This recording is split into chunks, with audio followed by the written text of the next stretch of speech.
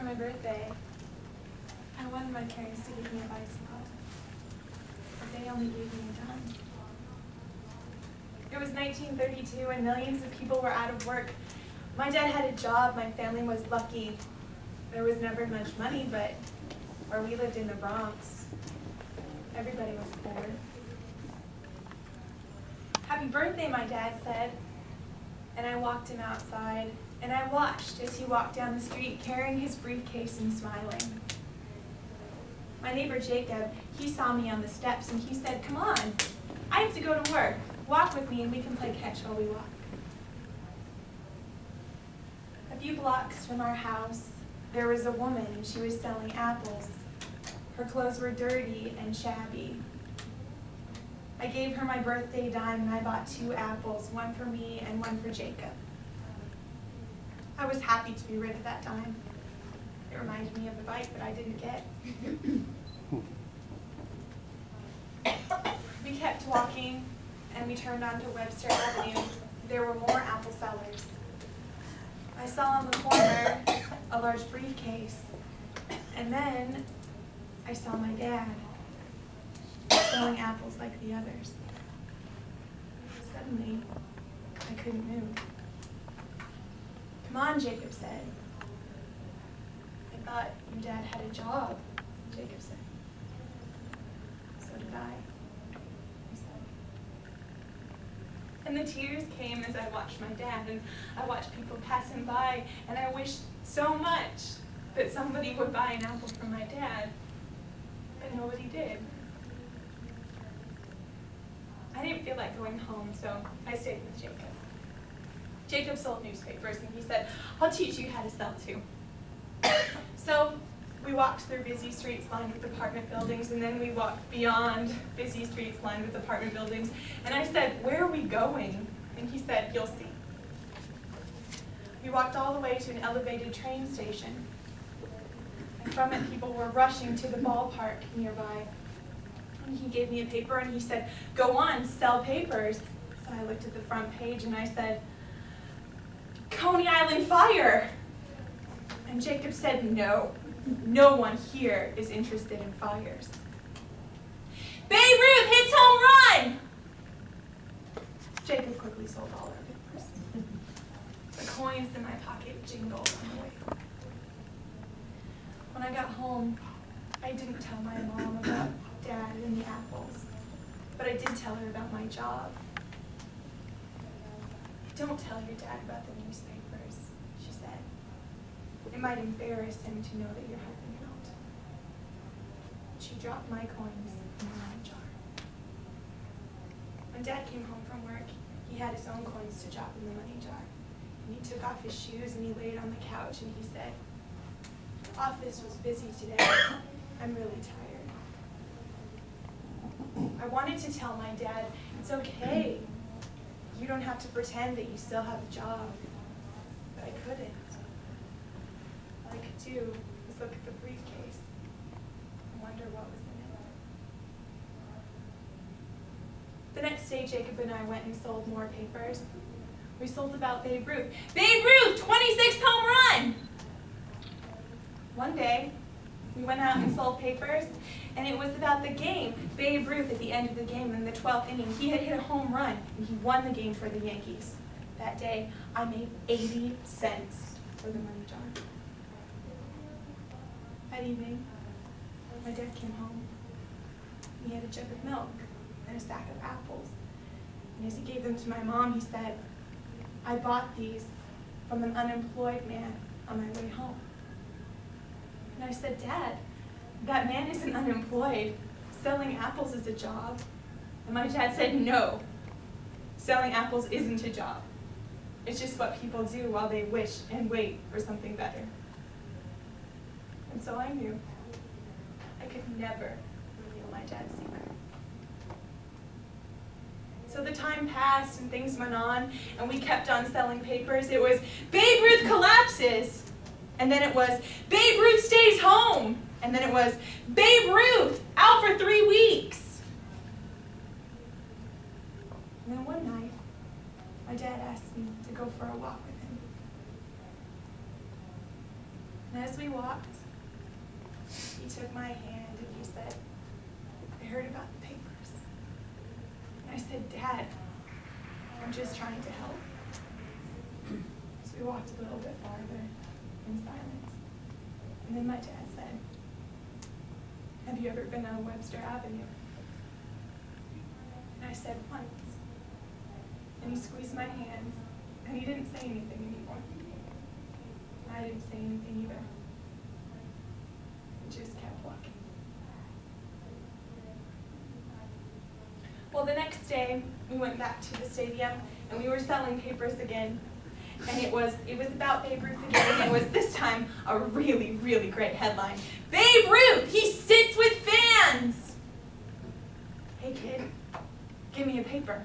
And a tall man came up, and he gave me a $5 bill, and I looked at that bill and I said, I'm sorry, sir, I can't change that. And he said, that's okay, kid, keep the change.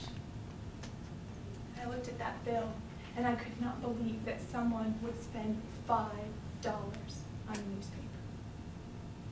Well, Jacob ran up to me and he said, do you know who that was? You just sold a newspaper to Babe Ruth. And so with one hand, I held on to that $5 Babe Ruth bill in my pocket, and the other hand, I sold newspapers. And the whole time, I kept looking across the street to where Babe Ruth had gone. Well, after all of our newspapers were sold, I pointed to Yankee Stadium and I said I needed to see Babe Ruth again.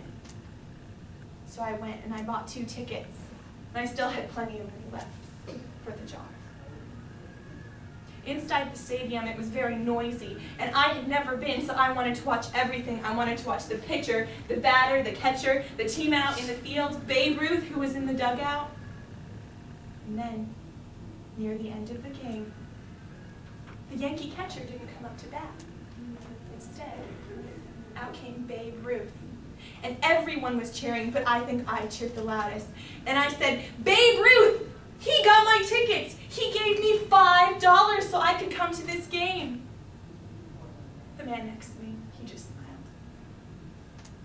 Well, I think that the Red Sox pitcher was pretty afraid of Babe Ruth hitting a home run, because he purposely threw 4 wide balls.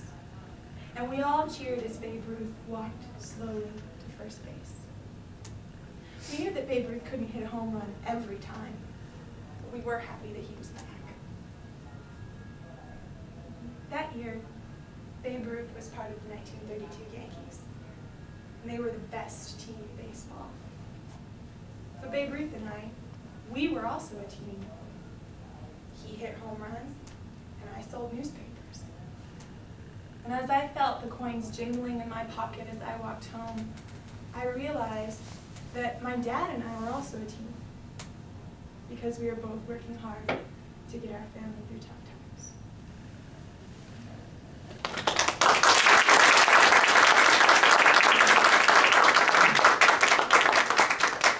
That's an adaptation of a story called The Babe and I by David Adler. And next we actually have Lauren Zahumsky again, and she's going to tell a story called The Old Woman Who Named Things by Cynthia Rydlant.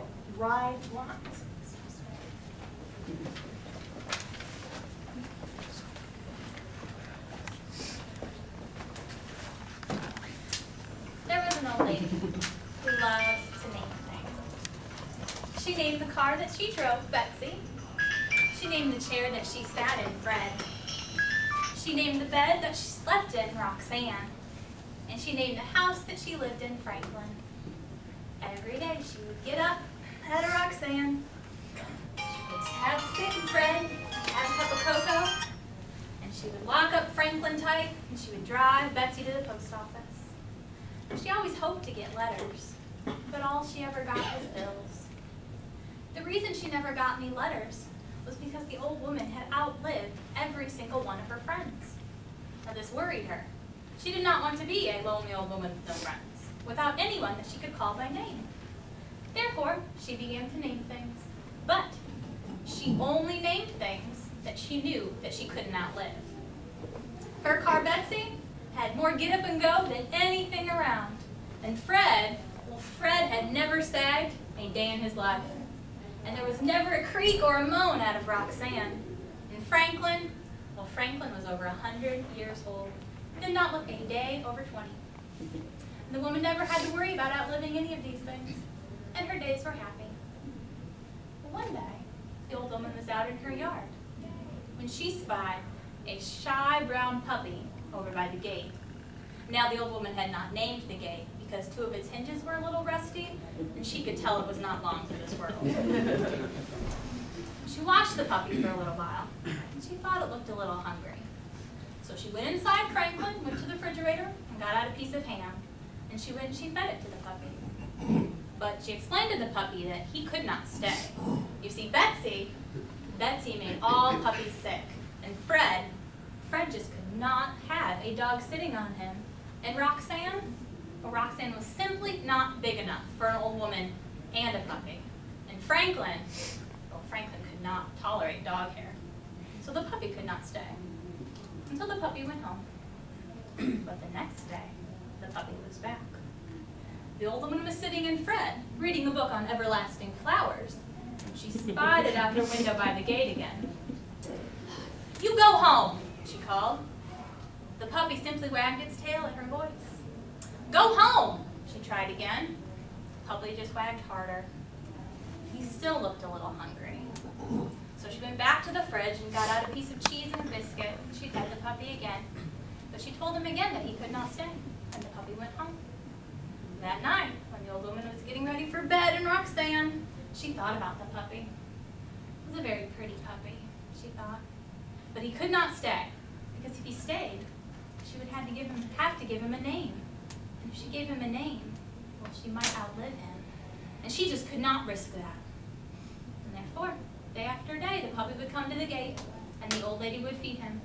And she would tell him to go home, and away he would go. Every day he left, but every day he came back. Now this went on for many, many months, and soon the puppy grew bigger, and well, it was not a puppy anymore. It was a dog. And it was still a dog with no name. Now in this time, the old woman had gotten a new dresser that she named Bill, a new wheelbarrow that she named Francine, and a brand new lawn gnome that she named Herbert. But the dog that she fed at her gate every single day had no name. But the old woman thought herself pretty clever because she knew that by not giving it a name, she would have no chance of outliving it. But then one day, the puppy didn't come to her gate. The old lady sat and fret all day and watched, but still the puppy did not come. And the old woman felt very sad. The next day, the puppy didn't come again. The old woman locked up Franklin and drove Betsy around looking for the dog, but she still could not find him. The old woman felt sadder still. On the third day, when the dog still did not come, she knew she had to do something. She called up the dog catcher and she said, "Do you have any shy brown dogs there?" "Well, we've got lots of shy brown dogs here. Was yours wearing a collar with its name on it?" "No," the old woman said sadly, and hung up. She sat and fret and thought for quite a long time before finally she came to a decision. She got up, locked up Franklin, and drove Betsy on down to the dog catcher's. She walked in and she said, "I'm here to pick up my dog. He's shy, he's brown, he's about a year old." "All right," said the dog catcher, "what's his name?" And the old woman thought. She thought about all the wonderful things in her life, and she thought about all of the wonderful friends that she had outlived. And as she thought of their beautiful shining faces and she remembered their wonderful names, she thought about what a lucky old woman she really was. "Lucky," she said. "My dog's name is Lucky." The dog catcher led her out into the back where there was a huge yard filled with tons of dogs, brown dogs, white dogs, black dogs. "Which one's yours?" he said. And she scanned the yard until finally she spotted her own shy brown dog by the gate, wagging its tail and looking at Betsy out in the parking lot. She called, "Here, Lucky!" And at the sound of her voice, he came running to her. From then on, Lucky lived with the old woman, and he always came when his name was called. And as it turned out, Fred didn't mind a dog sitting on him. And Betsy didn't make all dogs sick. And Franklin was just fine with a little bit of dog hair. And every night, Roxanne made sure to make herself big enough for a shy, brown, lucky dog, and the old woman who named him.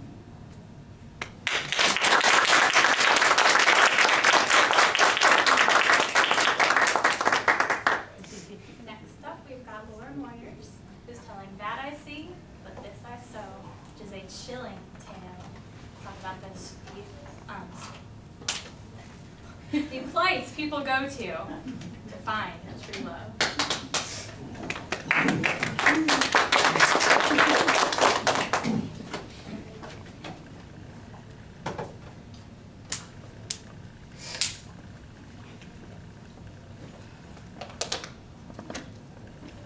Long ago, but not that long ago, in a Scotch town there lived a tailor named Sandy.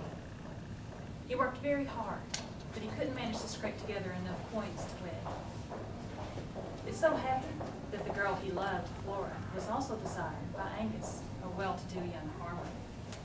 But Flora wanted nothing to do with Angus or his promises of riches and a fine house. She loved Sandy, and that was that. She would wait until he put by enough for them to marry, and she put by what she saved as a lady's maid so that she could marry her dearie all the sooner. Now there was the ruins of an old church nearby. Years ago, during a feud between two rival clans, the McDonalds set fire to the church when it was full of Mackenzies, and not a single Mackenzie escaped. Since that time, they said that the ruined church was haunted and no one dared go by it after sunset. One day, Angus went to Sandy's tailor shop on the pretense of having a shirt mended. While Sandy plied his needle, the two men chatted, and Angus brought the talk around to Sandy's lack of money to marry Flora. "Just what would you be willing to do to get the money?" asked Angus. "Anything," Sandy answered. "Well then," said Angus slyly, "I'll give you what you need if you'll spend as much of the night alone in the old church as it takes to make me a pair of trousers." Now, Sandy knew all the stories about the old church and the strange creatures that haunted it. But his love for Flora knew no bounds, and he agreed to what Angus proposed on the spot. "Well," said Angus, "you settle yourself in the church at the stroke of midnight. When you finish the trousers, you bring them to my house, and I'll pay you for your sewing and your courage." Shortly before midnight, the brave tailor arrived at the church. First, he tested the door to be sure it would close. Then he carefully loosened the latch on the inside of the door, but he left the outside latch alone. That way, the door could be drawn shut from the outside, but could not be pulled open from the inside. He left the door ajar. Inside, the fire-blackened stone walls were pierced by tall, narrow windows, barely wide enough for a man's fist to fit through. And the moonlight shone down through a hole where the center of the roof had fallen in, but it gave little light. So the tailor settled himself in the pew by the door. He lit a tallow candle and set to sewing. The wavering flames set dancing shadows all around him. At first, all was quiet, and the tailor sewed.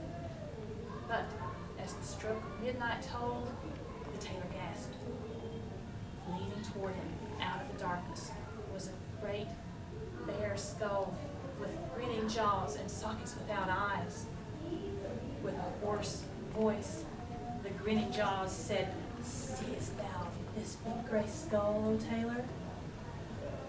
"That I see, but this I sew," said the terrified little man as he bravely kept on sewing. "Seest thou this grey grizzled throat without food, O tailor?" demanded the creature. "That I see, but this I sew," said Sandy. Indeed, his teeth were chattering, he could barely get the words out. "Seest thou this great grizzled trunk without food, O tailor?" demanded the thing as more of it came into the candlelight. "That I see, but this I sew." Indeed, he was now sewing quite frantically. "Seest thou this great grizzled thigh without food, O tailor?" demanded the thing. "That I see, With this I sew. Indeed, he only needed 3 or 4 more stitches to complete the trousers. But the creature was towering over him now. The moonlight through the broken roof made its bones shine so brightly that Sandy couldn't bear to look at it directly. He was afraid he would not have the courage to finish the trousers. "Seest thou this great grizzled arm without food, O tailor?"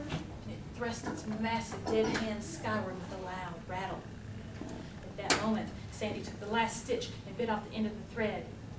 And then the creature of bone and light reached out its grizzled paw and growled, "Seest thou this great grizzled paw without food, O tailor?" And as it reached for him, Sandy grasped the finished trousers in his hand, leapt to his feet, and raced for the door. Before he could get through it, the grasping skeletal fingers raked the back of his leg painfully. But Sandy was on the other side of the door. As he stood there with the sealed portal at his back, he heard the fumblings of the creature. As, unable to find the latch, it began to scrape and scratch at the wood. But Sandy was on his way to Angus's house.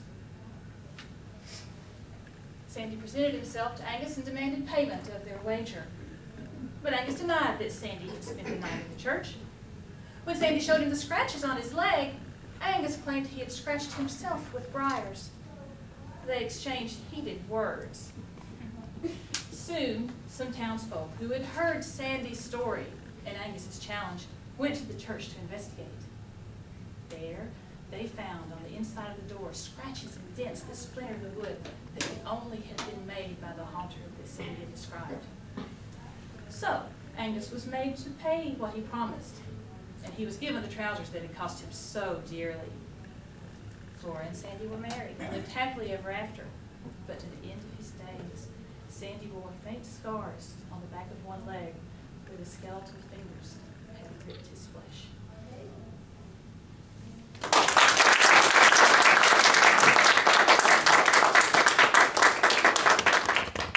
Now we have June to tell us one of the Tadger tales, how the Tadger got his tucks.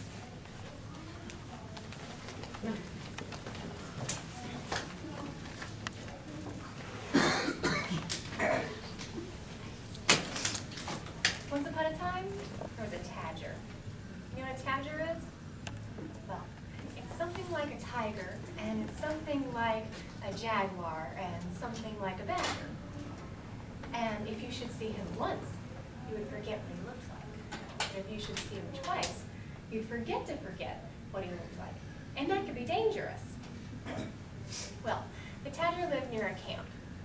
Around it, and through it, and over it, and beside it, and everywhere the camp was, the Tadger lived. But when the campers were in camp, the Tadger had to stay in his hiding place, which was somewhere between the bottom of a tree and the top of the sky. Well, one summer, the campers were in camp, and it was such a beautiful night. The moonlight was so bright, and the breeze was just right. And the Tadger was full of trouble. So he climbed down from his hiding place, and he proceeded to dance in the moonlight. And he danced, and he danced. And then a camper saw him. And then another camper saw him twice, and almost forgot to forget what he looked like. It was very dangerous. So the range ranger who ranges the ranges in that region, he walked across the ranges, and he said, "Tadger, don't you know you're not supposed to dance in the moonlight when the campers are in camp?" And the Tadger said, "Yes, sir." And he crawled back up to his hiding place. And the next time the campers were in camp, the Tadger stayed in his hiding place. And the time after that the campers were in camp, the Tadger stayed in his hiding place.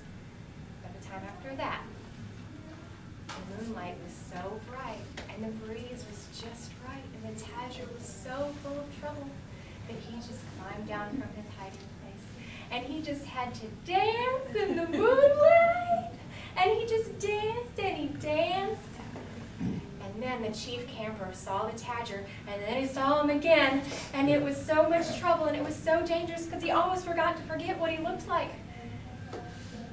So the range ranger, who ranges the ranges in that region, walked across the ranges again, and he said, "Tadger, Didn't I tell you not to dance in the moonlight when the campers are in camp? And the Tadger said, yes, sir. And he was in trouble. Well, the Range Ranger reached up in the Tadger's tree, picked up the Tadger, and he walked over to the other side of the hill, and he got out his needle and his long thread, and he sewed a tuck into the Tadger's left forepaw, just like a fold. And then he sewed a tuck into the Tadger's right forepaw, so the forepaws were shorter. And then he put him back up in his tree. And the Range Ranger went back to ranging the branches. Well, the Tadger, sure enough, he could not reach to climb down from his hiding place. And when the campers were in camp, he had to stay in his hiding place. But the Range Ranger was kind enough that when the last camper left, he made a ladder and set it up for the Tadger so that he could dance in the moonlight anytime he wanted. I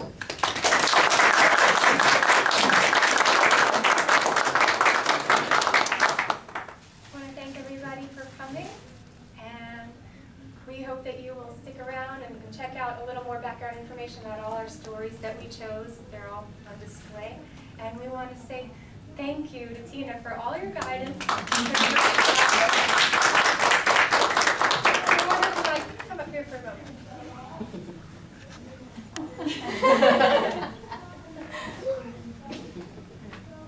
We want to say thank you. We want to thank you, Tina, for everything you have done for us.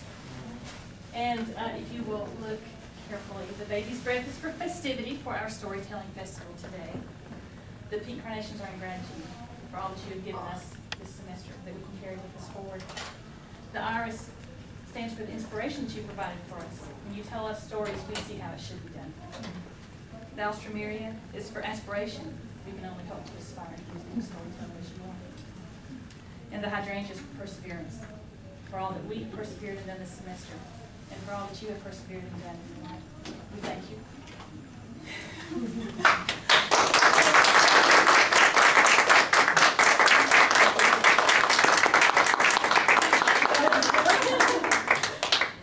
This has been one special class, and I thank the family for sharing all those Saturdays with me, because they're wonderful, and I'm really going to miss you guys. Thank you.